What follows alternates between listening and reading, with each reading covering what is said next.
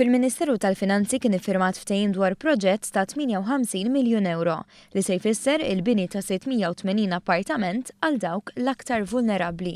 L-appartamenti se jkunu mibnija f'16-il sit madwar Malta li jinkludu ħalluqa, ħattard, is-siġġiewi, il-qrendi, Birkirkara, l-Imsida, iż-Żurriq, ħal-Kirkop, Bormla, in-Naxxar u ħaż-Żebbuġ.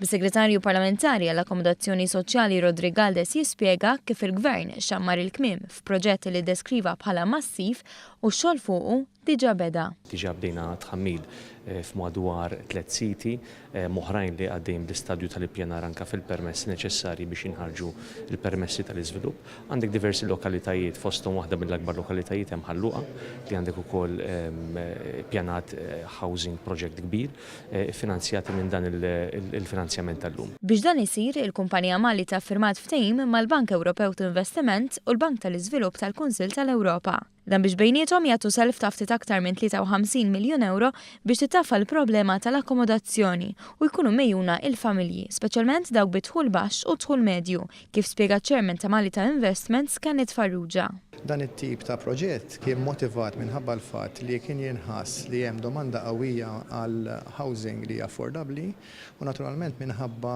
l-żieda li kien hemm fil-prezzijiet tal-proprjetajiet u anke tal-kirijiet kien hemm żbilanċ ħanajtek bejn is-supply ta' affordable housing kif ukoll id-demand ta' affordable housing. Din mhijiex l-ewwel darba li l-Bank Ewropew ta' Investiment ikkontribwixxa f'proġetti bħal dawn ma' Malita Investments. Fil-fatt, Miguel Morgado, direttur tal-EIB Malta, tkellem dwar ir-relazzjoni b'saħħitha li teżisti bejn iż-żewġ entitajiet u qal li proġett bħal dan imur lil hinn mill-benefiċċji soċjali. This project will also generate not only well-being to population who will benefit from the new housing, but it will also create jobs during the implementation phase. Il-Ministru tal-Finanzi Edward Xikluna innota li dan il-ftehim sar finqas minn xahar wara l-elezzjoni biex kif imwiegħed bħal toroq l-infrastruttura, is-settur tal-housing ukoll qed jingħata priorità.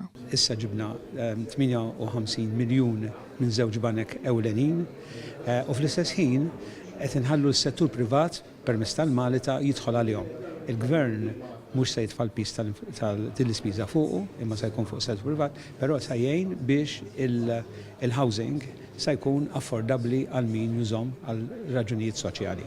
Il-Ministru għall-Familja Drittijiet ta' Tfal u Solidarjetà Soċjali Michael Falzon innota direzzjoni li qabad pajjiżna fis-settur bil-mira tkun li tonqos kemm tista' l-lista ta' stennija biex dawk l-aktar vulnerabbli jingħataw lura d-dinjità li tistħoqilhom b'akkomodazzjoni affordabbli iżda adekwata. Dan huwa proġett li issa rridu nixru warah, rridu naraw li jitwettaq u naħseb li wkoll rridu nkunu daqsxejn iktar kreattivi u naħsbu wkoll f'soluzzjonijiet oħrajn għad-domanda li għandna barra.